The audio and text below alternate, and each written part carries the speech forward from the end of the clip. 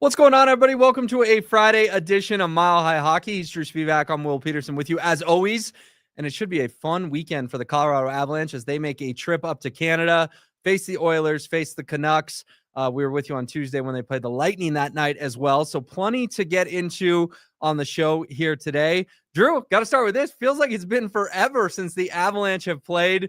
We knew this stretch was going to be a little rough, one game in 6 days, but man, I am itching to watch the Avs again. This has felt like a slog. I'm not going to lie. You're not wrong, man. I had to go back and kind of like rewatch some of the highlights from the game against Tampa the other night. It's like it literally feels like it's been a week since since the Avalanche have been on the ice. But a fun game to kind of go back and look at against Tampa the other night. Obviously, we got a fun one this weekend with the Canadian road trip. So, man, I'm excited to get after this. Yeah, no, I am too. No doubt about it. Let's get back to the Lightning in just a moment. But I want to start with what we put on YouTube. Make sure you like, subscribe, comment if you're watching on YouTube. We appreciate you. Are the Oilers a test for the Avalanche tomorrow night? Because they obviously have been in the Cup final the last couple of years. The Avs have not, but the Avs have lost to the Stars. And I'm just curious your thoughts, Drew, because as I was pondering this question, you know, I think in sports people think, well, that's the team that won the West the last couple of years. Of course it's a test for the Avalanche. But then me as an Avalanche fan, I sit here and go, I'm not so sure the Avs aren't better than the Oilers. They just didn't get to play them in the postseason last year because of their own failures against a Stars team that has their number. Where do you land on whether or not tomorrow night in Edmonton is a quote-unquote test for the Avs? I mean, it's hard not to look at them as a test when you've got the back-to-back defending Western Conference champions in the Edmonton Oilers. But the Oilers are doing this year what they do literally every single year. They get off to a slow start. Then they're going to go on a heater in January or February where they're going to win, 16 of 17 games, something silly and absurd like that. And they're going to be right back in the thick of things in the Pacific Division. But I think when you look at the 17 this year, it's the same old issues. It's, okay, they're great on the power play. You get in the penalty box, they're going to make you pay. I think they're top 4 in the power play in the league this year. 5-on-5, they're very average. Defensively, they're not very good. And their goaltending kind of stinks. Mm-hmm. All that being said, whenever you're playing against 2 of the top 4 players in the world, obviously the Avs have 2 in Makar McKinnon.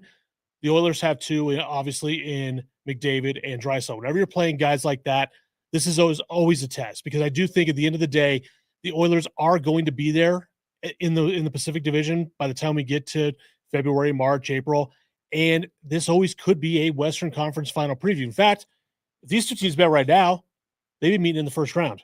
Edmonton is the second wildcard team right now by percentage points or whatever the case is.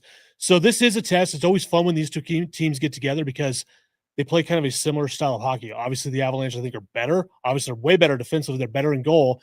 But when you've got these top-notch players, it makes for a fun, fast-paced contest. Yeah, no, I kind of look at it the same way of like, hey, we can all harp and reminisce on 2022 and be like, hey, well, the Avs swept the Oilers last time these 2 teams played in a Western Conference final. I'm not so sure the Avs wouldn't have beaten them last year had they gotten a chance to face them in a 7-game series. But guess what? They didn't. And also, Edmonton gave Florida 2 pretty darn good series, including one where you could argue the Oilers should have won the Cup. I mean, Connor McDavid won the Conn Smythe, which is very rare to have that go to a member of the losing team. So I do look at it as a test for the Avalanche. And we've talked about kind of the start to the season. They've had a handful of quote unquote tough opponents, but let's be honest, we're focused on football in America a lot of the time. What are they focused on in Edmonton right now? Hockey? Like the atmosphere on Saturday night in Edmonton, 2 great teams. It's going to be electric for a game that's being played in November. I'm not saying it's going to have game 7 type intensity, but this could have a postseason type feel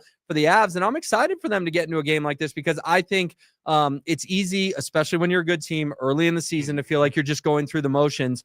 This Oilers game is one I've had circled for a while. I don't think it'll be a go through the motions type hockey. No, there's no question about it. And you talk about the atmosphere. Well, think about what it is in Saturday night in Canada. I got the hat on right now, Hockey Night in Canada. Hockey night. It is always a big event when the Oilers are playing on Hockey Night in Canada. So, yeah, this is going to be a fun test for this team this weekend. I kind of wonder going into this thing, all right, who's going to be in goal Saturday night? Because last weekend going into it, we thought it was going to be, or at least maybe hoped it was going to be Blackwood on Friday against the Golden Knights, that it was going to be Wedgwood on Saturday against San Jose. Obviously, you've got a back-to-back this weekend in Edmonton and in Vancouver. I tend to think and hope that it's going to be Mackenzie Blackwood against the Oilers tomorrow night. Then you're going to go with Scott Wedgwood on Sunday. But I kind of wonder if Jared Bednar's going to look at things a little bit differently and want to kind of slowly ease Mackenzie Blackwood into a lineup against a less powerful team in Vancouver on Sunday night? I don't know. What do you think? Yeah, no, it's a good question, and it's a fair question, because the answer for Bednar of why Blackwood didn't play on Tuesday against the Lightning was, well, we're just getting more practices. We're just shaking the rust off. You and I sort of dove into that on Tuesday, and you had a good answer of it was a yellow flag, not a red flag, but a yellow flag. But I actually think now, okay, Jared, I'm going to take your word, and I love Coach Bednar. I'm always going to take him at his word. But if it is Scott Wedgwood tomorrow night, Drew, then I'm not so sure I am taking it at his word, at least on this one, right? Like, Blackwood's your number one goalie. This is a potential Final Four Western Conference Final type preview for the Avalanche. Like, you paid Mackenzie Blackwood the bag for a goaltender after only 4 games in Colorado last season. This is the reason you established him as your one. I'm with you. I really hope it's Mackenzie. No disrespect to Scott. He was good against the Lightning. We'll talk about that here in a minute as well. But, like, we're kind of into this thing now. It's kind of go time. The season's more than a month old. Like, Mackenzie Blackwood's your number one goalie. This is the type of game you play your number one goalie in. At least we think he's our number one goalie. Because he should be. In theory, you're right. Injury aside, is he the number one goalie? Yes. I don't think any question about it. But I think, to me, if Mackenzie Blackwood is not in goal tomorrow night, I may start to reach for the red flag instead of waving the yellow flag right now. I think I'm going to start reaching for it, because it's important to get your number one goalie in there against the top teams. And make no mistake, this is a litmus test type game for the Avalanche. I know the Oilers are not, higher up in the Pacific Division. They're a wild card team right now, but this is a good high power team. You want to have your number one goalie, in theory, in goal on the road against a really high powered offense in Edmonton. So if it's not Blackwood, I'm going to start waving that flag. And then I start to kind of think, okay, well, is this injury more serious than we're letting on? Or is it maybe the kind of alternate view of it? Well, maybe Wedgwood has earned more favor with Jared Bednar and becoming more of a 1A, 1B type goalie situation. I don't think that's the case, nor do I think it should be, but it's going to make me start to ask a lot of questions that I don't know if we're going to be necessarily comfortable talking about if it's not Blackwood tomorrow night in Edmonton. Yeah, there's no doubt about it. Goalie's going to be the number one thing to watch on this Canadian road trip. Obviously, of course, outside of the Avs play. And speaking of goalies, Scott Wedgwood was very good against Tampa Bay. It was 3-1 Avs going to the third period on Tuesday. Lightning make it 3-2, and then they just kind of have an assault, which happens in hockey, especially when you pull your goalie.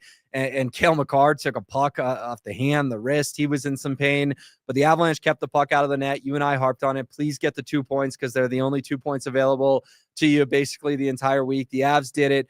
Victor Olofsson got a couple of goals. Good to see Ross Colton find the back of the net again, even though he did have a little bit of an assist from Andrei Vasilevsky on that. Biggest takeaways from the Lightning game from you were, my biggest takeaway was that Wedgwood, we hit on it a little bit. It seems to be back in that rhythm. That was a good win for the Avs against a hot Lightning team. Yeah, it was. And that was a really good takeaway, seeing Scott Wedgwood kind of rebound from the last couple of starts where he struggled a little bit, but he was really good in goal. For me, I think there were 2 or 3 different takeaways for me in this game. Number one, the depth scoring. The depth scoring showed up in a big-time way. Victor Olofsson, Darner got himself another hat trick in back-to-back home games. Yep. I mean, that was fun to watch him just snipe the puck. I mean, that dude can shoot. It's incredible to watch that guy shoot the puck as many shots as he gets on goal. It's actually surprising he's not scoring at a higher clip already this year, even though he's got, 5 goals, I think 12 assists, something of that. And those 5 goals have all come in bunches in the last 10 days or so. Exactly. And just real quick while you're on Olofsson, I don't want to cut you off, but Drew, he's starting to look like one of the steals of the offseason in free agency. No question. In fact, if you want to kind of compare it to the Broncos, I kind of liken him to J.K. Dobbins. Yeah. You got him late. You got him for a real dirt cheap deal, and he's starting to turn into that player that you hoped he could be, on both ends of the ice. Because Victor Olofsson's always been known for 2 things, his defense and his shot. You're starting to see both those things. And I would maybe like to see him get a little bit more of an elevated role, maybe be on that second line instead of Ross Colton. But, hey, if you could have a third line of Jack Drury, Victor Olofsson, and Gabe Landeskog right now, it's not so bad. And that kind of leads me to the second biggest takeaway from that game. I thought Gabe Landeskog looked the best he has all season in that game against Tampa. We are starting to finally see, now that he's in more of a limited role playing on that third line, playing better matchups defensively, we're starting to see Gabe Landeskog find his legs a little bit. To me, that's really encouraging. I think the last 3 games, progressively, you're seeing more and more out of Gabe Landeskog. Then we've got to see him in a fight the other night for the first time. Love that, to kind of get that team sparked, because that Avalanche team came out real flat in a game on national TV against a high-powered offense. You came out pretty flat in that game. Gabe goes out, gets himself in a fight. Didn't really win the fight, but it didn't matter because he got some energy in that team. So I came away really impressed with what I'm starting to see from Gabe Landeskog, as hard as I kind of was on him at the beginning of the season, because I thought it was going to take a while for him to find his sea legs, but I think he's finally starting to do that. So that's a big deal for me. No, I'm glad you brought that up because that was a takeaway of mine as well. Here's my theory on Landeskog I want to run by everyone. I think in the playoffs last year, he was just running on pure adrenaline. Totally. He hadn't played hockey in 3 years. He was so happy to be back, and the dude was just juiced out of his mind to be on the ice with his teammates. Then he has an offseason. We don't know how the knee responded this offseason. It responded well enough for him to be at training camp, him to play in the regular season. That's all fine and dandy, but we can't forget this guy had a surgery that no hockey player had ever returned from. Hindsight's always 2020, but I think the slow start sort of makes sense. And now that the knee is probably feeling good, he's feeling more comfortable. Playoffs were awesome, but they were adrenaline. This is more going to be his role, like you said, on the third line. That seems to be pretty well defined right now. And it's huge for the Avalanche because I could tell it was eating at the captain that, yeah, he was happy to be a leader, but Gabe's not here for some Disney movie. Gabe's not doing this just to feel like, oh, I'm the first guy to ever do it. Gabe's here to win another cup. And the last 2-3 games, particularly the other night against Tampa, it looks like, okay, he's got a real clear defined role on this hockey team. Well, and he kind of mentioned it the other night with the boys from TNT in the post-game interview, like, hey, you know, I'm not really doing much offensively, so I've got to find other ways to contribute. And he's starting to do that in a big time way. And I think you nailed it that, you know, last year, what we saw from him, I mean, he was the second, third best player for the Avs against Dallas last year. And I think you're right. It was adrenaline based because he was so jazzed to be coming back. But now that you're in the grind of an 82 game season with practices and travel and all that other stuff, it's going to take a toll on him. And so to try to work your way back to getting to where you used to be, will Gabe ever be the player he was before the injury? Probably not. I wouldn't anticipate that. And that's okay. That's not necessarily a bad thing. I think the important thing for him is going to be to find his role and his place on this team and where he fits into this lineup the best. And I think we're finally starting to see that. I mean, playing with a guy like Jack Drury, it's not a bad thing. No. To be able to control the center of the ice like that, playing with Victor Olofsson on his other wing, these are all good things for Gabe Landeskog, and we're starting to see kind of the fruits of that labor come through. Yeah, we definitely are. It's exciting to see the captain, maybe not looking like the captain pre-surgery, but looking like a solid contributor on a team that has Stanley Cup aspirations. All right, very excited to get Avs and Oilers on Saturday, Avs and Canucks on Sunday, and Drew and I will be back on Tuesday for another edition of Mile High Hockey.